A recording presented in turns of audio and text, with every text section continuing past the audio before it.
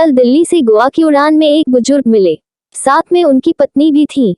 बुजुर्ग की उम्र करीब 80 साल रही होगी। मैंने पूछा नहीं, लेकिन उनकी पत्नी भी 75 पार ही रही होंगी।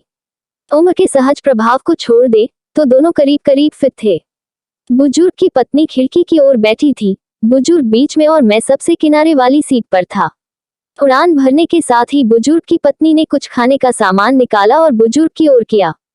बुजुर्ग कांपते हाथों से धीरे धीरे खाने लगे। फिर फ्लाइट में जब भोजन सर्व होना शुरू हुआ तो उन लोगों ने राजमा चावल का ऑर्डर किया। दोनों बहुत आराम से राजमा चावल खाते रहे। मैंने पता नहीं क्यों पास्ता ऑर्डर कर दिया था।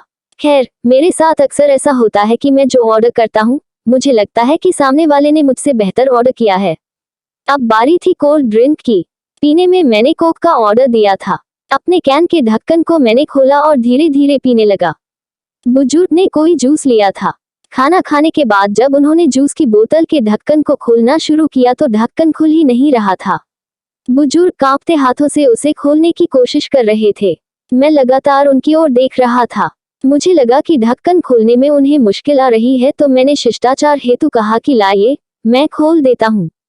बुजुर्ग ने मेरी ओर देखा, फिर मुस्कुराते हुए कहने लगे कि बेटा, ढक्कन तो मुझे ही खोलना होगा। मैंने कुछ पूछा नहीं, लेकिन सवाल भरी निगाहों से उनकी ओर देखा। ये देख, बुजुर्ग ने आगे कहा, बेटा जी, आज तो आप खोल देंगे, लेकिन अगली बार कौन खोलेगा, इसलिए मुझे खुद खोलना आना चाहिए। उनकी पत्नी भी अपने पति की ओर देख रही थी। जूस की बोतल का ढक्कन उनसे अभी भी नहीं खुला था, पर वो बुजुर्ग लगे रहे और बहुत बार कोशिश करके उन्होंने ढक्कन खोल ही दिया। दोनों आराम से जूस पी रहे थे। मुझे दिल्ली से गोवा की इस उड़ान में जिंदगी का एक सबक मिला।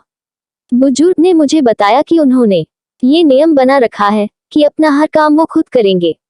घर में बच्चे हैं, भरा पूरा परिवार है, सब साथ ही रहते हैं, पर अपनी रोज की जरूरत के लिए वे सिर्फ अपनी पत्नी की मदद ही लेते हैं, बाकी किसी की नहीं। वो दोनों एक दूसरे की जरूरतों को समझते हैं। बुजुर्ग ने मुझसे कहा कि जितना संभव हो अपना काम खुद करना चाहिए। एक बार अगर काम करना छोड़ दूंगा, दूसरों पर निर्भर हुआ तो समझो बेटा कि बिस्तर पर ही पड़ जाऊंगा। फिर मन हमेशा यही कहेगा कि ये काम इससे करा लूं, वो काम उससे।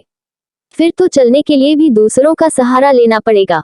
अभी चलने में पांव कांपते हैं, खाने में भी हाथ कांपते हैं, पर जब तक आत्मनिर्भर रह सको, रहना चाहिए। हम गोवा जा रहे हैं, 2 दिन वहीं रहेंगे।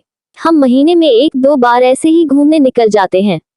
बेटे बहू कहते हैं कि अकेले मुश्किल होगी, पर उन्हें कौन समझाए कि मुश्किल तो तब होगी जब हम घूमना फिरना बंद करके खुद को घर में कैद कर लेंगे।